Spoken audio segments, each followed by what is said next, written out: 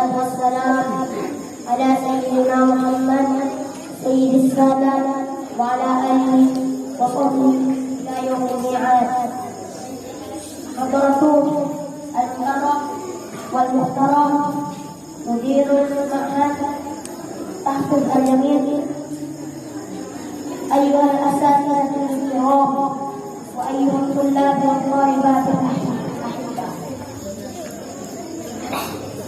أيها السادة، قلت بين يديكم المقدمة على حضرتكم كلمة أو كلمتين في أهمية اللغة العربية. قبل كل شيء أيها السادة، أريد أن أتقدم إلى حضرتكم ببيت من شاعر أمير الشعراء أحمد شوقي بكلماته: إن الذي ملأ اللغة الحسنة جعل الجمال والفضل. أيها السادة، كما لا يخفى عليكم أن اللغة العربية هي أفصح اللغات وأغناها، وهي لغة القرآن ولغة الله الذي أنزل وحيه بها،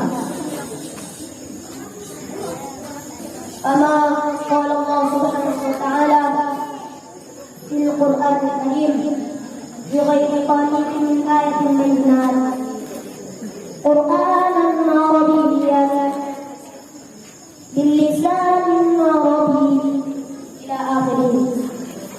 ولا يخفى عليكم أيضا أن اللغة العربية هي مفتاح العلوم الدينية، ولا يتسنى لأي طالب أي تذكرة في العلوم الدينية بغير إتقان اللغة العربية. اللغة العربية هي لغة المسلمين في جميع العالم.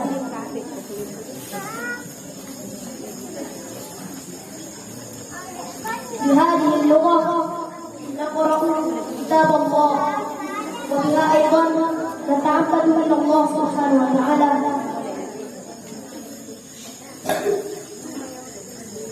ويجب على كل طالب أن يجتهد في تعلم اللغة العربية بكل جهده وطاقته ليصل إلى كل ما يتمناه من العلوم الدينية.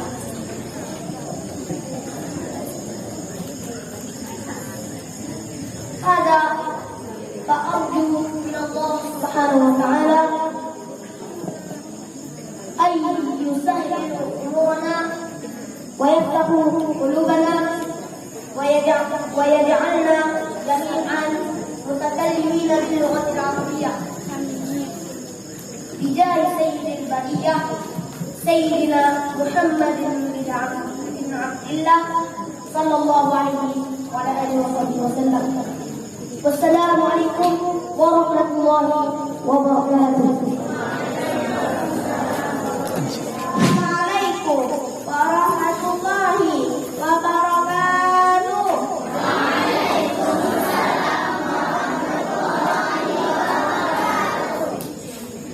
الحمد لله رب العالمين، والصلاة والسلام على أشرف الأنبياء والمرسلين وعلى آله وصحبه أجمعين. Pertama-tama puji syukur kita kehadiran Allah Subhanahu wa Ta'ala karena atas nikmat dan berkat dan rahmatnya kita bisa berkumpul di sini dalam keadaan sehat walafiat. Tak lupa salawat serta salam kita sanjungkan Nabi kita, Nabi Agung dan Nabi Muhammad Sallallahu Alaihi Wasallam, dan pada keluarganya, para sahabatnya, dan juga kita selaku umatnya. Amin, amin ya rabbal alamin. Dan juga berkat penghormatan saya kepada ibunda kita, Ibunda Mori Kurnia dan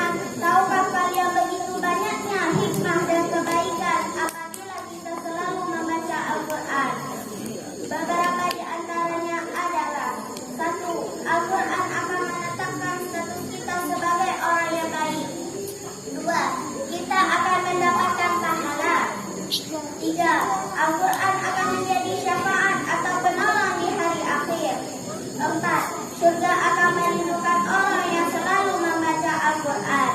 5. Akan dikumpulkannya